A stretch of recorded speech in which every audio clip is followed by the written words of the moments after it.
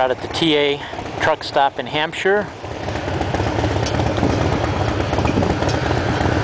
It's me, Night Rider over there, and somewhere over there is two-wheeler for me. There's Lori Jennifer getting gas in her 250 Ninja. Sam's on back. This is Lori Jennifer's first group ride. We have a group of 4.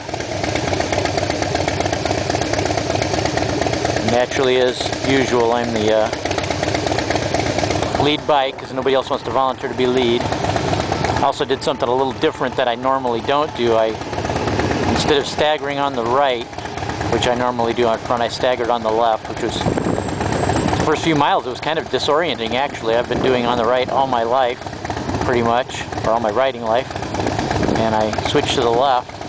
I did notice one thing though, the view from the mirrors is a little bit better too. The left and the right mirrors show a really nice view of the riders behind me, whereas when I staggered to the right, only my left mirror was really useful at looking at the other bikes behind me.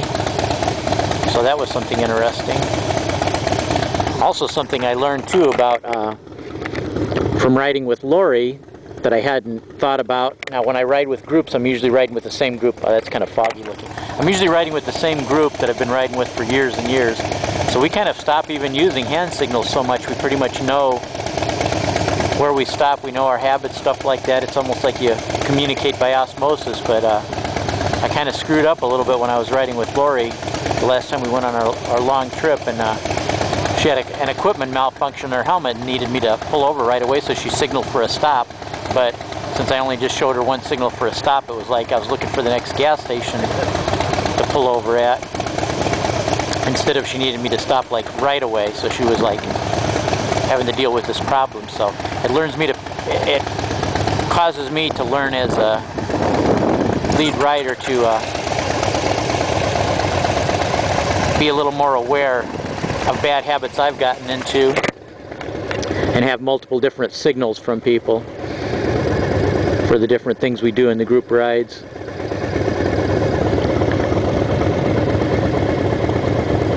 For example, what I do is when we're going to make a stop, I'll have the rider pull up alongside me and then just make a number 1. Just means make a stop at the next gas station or someplace to go to the bathroom. And then if it's a gas stop, you just do like that, point to your gas tank. Obviously stop for gas. But then what I'm going to have to add to that I haven't used in a long time is just for an equipment adjustment, have somebody pull up alongside and just tap the side of their helmet like, hey, stop right away, I got to adjust my helmet, or some other piece of equipment. So we got to get signals down. I've got to start paying more attention to what I'm doing and doing it in a better way as a lead rider. I just had not realized over the years the amount of bad habits I'd gotten into, and that can make it a little bit difficult since you're the one that's supposed to be watching out for everybody. That can make it a little difficult when you don't get your signals coordinated properly. So we're about ready to head out. As you can see by the clouds and stuff, there's been a little bit of sprinkling. We haven't gotten a downpour or got rained on yet, but it's definitely a concern.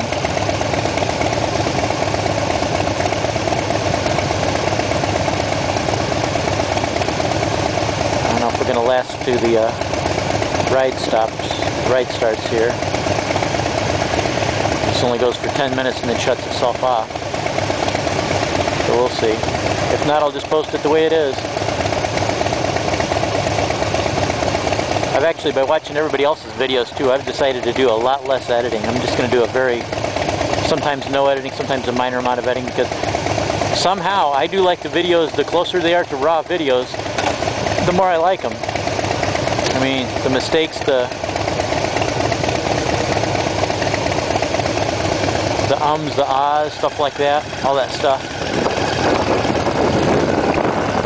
I mean, after all, it's not a Hollywood movie production. It's a video where we communicate with each other, learn things, teach each other things.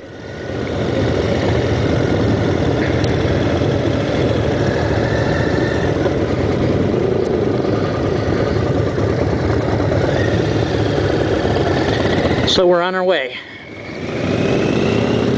The stagger formation right now. SuburbanRyder in the lead. My grandson, Night Rider,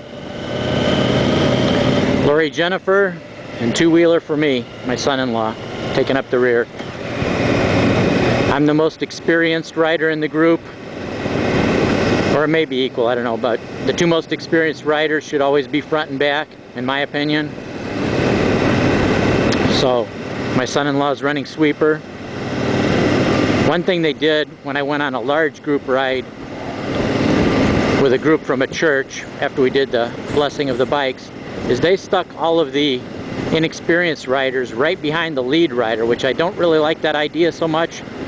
And that's for the reason that if they do anything squirrely or fall down, you might have that accordion effect and all of a sudden have a bunch of other riders get in the mix when things go tumbling. So I always have the least experienced rider being back by the sweeper. After all, that person's got the most experience, so probably if the person does something squirrely, they have the best chance of saving their own bacon. And even if they don't, that means from the entire group, the most that's going to get taken out is one other rider. But if anybody else wants to express a different way of looking at it than I do,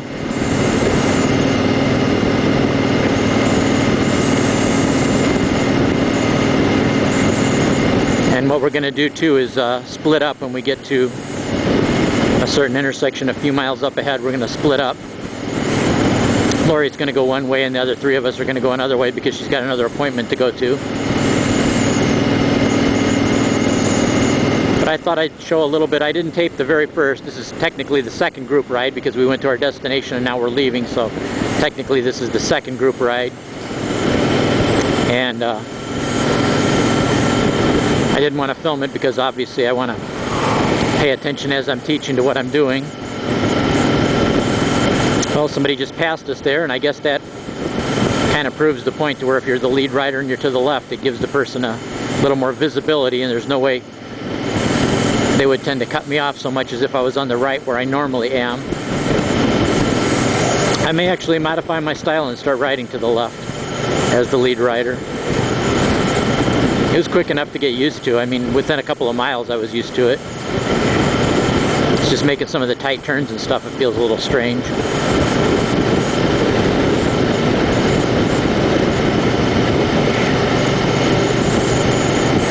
And it looks like we will probably not end up getting rained on. Here's the bad part, the groove pavement. Don't like this. We're going to have this for about 4.5 miles.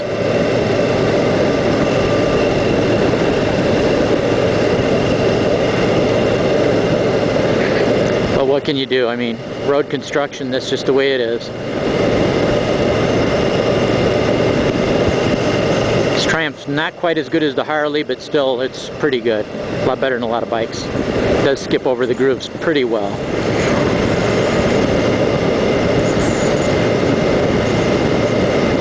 I don't know how much time I got left on this video right now. I guess I'll just bring it to a close here and post it the way it is. Take care, everybody. Talk to you later.